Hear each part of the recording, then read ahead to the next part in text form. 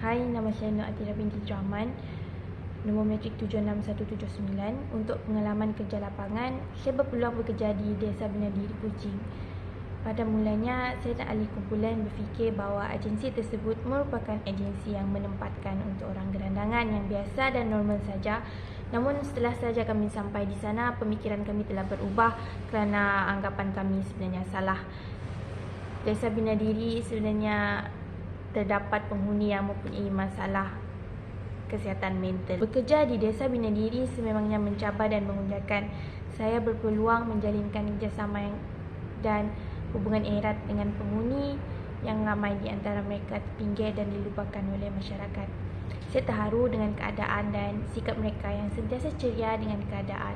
Bukan itu saja, banyak aktiviti yang kami telah lakukan bersama, misalnya aktiviti terapi muzik, di mana aktiviti ini merupakan aktiviti yang secara tidak langsung mengeratkan hubungan kami di antara staf, penghuni dan pelajar. Selain itu, kami juga ada melawat ke asrama perempuan bagi mendengar cerita dan melihat gambar keluarga mereka.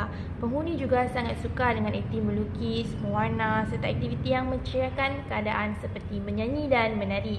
Sebelum membuat perbincangan sulam, saya dan ahli lain mengalami kesukaran untuk mengaitkan objektif dan mural yang harus kami lakukan. Betulannya terdapat bantuan daripada pensyarah yang memberi idea untuk kami melukis di dinding agensi. Walaupun memiliki sumber cat yang lengkap, perlu menciptakan cat yang tersendiri bagi merealisasikan warna cat dinding yang kami perlukan. Masa membuat sulam, kami juga telah dibantu oleh Encik Nazif yang merupakan penghuni di Desa Bina Diri. Beliau membantu kami mengecat dinding agensi. Daun pokok pula kami telah meminta bantuan penghuni lain untuk mengecut menggunakan sponge. Pada hari terakhir, kami membuat mural dan hari yang sama juga kami menghabiskan kerja lapangan kami. Kami telah ditembual secara mengejut oleh Puan Tiong dan Puan Dayang yang merupakan ketua dan penolong pegawai di sana, di mana kami harus menceritakan apa yang dimaksudkan dengan maksud setiap lambang yang kami lukis di dinding. Semasa membuat mural juga, kami segera menyedari bahawa pokok sakura yang kami lukis bukan saja simbol kecantikan dan pembaharuan, tetapi juga metafora yang kuat bagi agensi sebagai penguat kepada penghuni di Desa Bina Diri.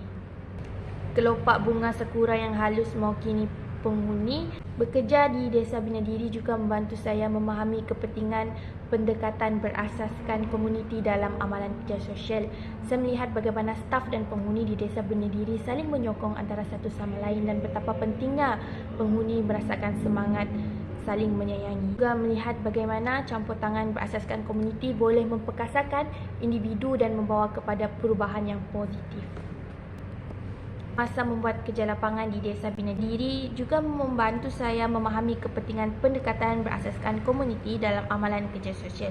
Saya melihat bagaimana staf dan penghuni di Desa Bina Diri saling menyokong antara satu sama lain dan betapa pentingnya penghuni melengkapi antara satu sama lain. Saya juga melihat bagaimana campur tangan berasaskan komuniti boleh memperkasakan individu dan membawa kepada perubahan yang positif. Kesimpulannya, pengalaman kerja lapangan saya di Desa Bina Diri merupakan pengalaman pembelajaran yang sangat berharga. Ia membolehkan saya memahami kepentingan empati, pendekatan holistik berpusatkan orang dan pendekatan berasaskan komuniti dalam amalan kerja sosial. Saya sangat berterima kasih atas peluang ini dan berharap untuk memasukkan apa yang saya telah pelajari dalam amalan kerja sosial pada masa hadapan. Sekian, terima kasih.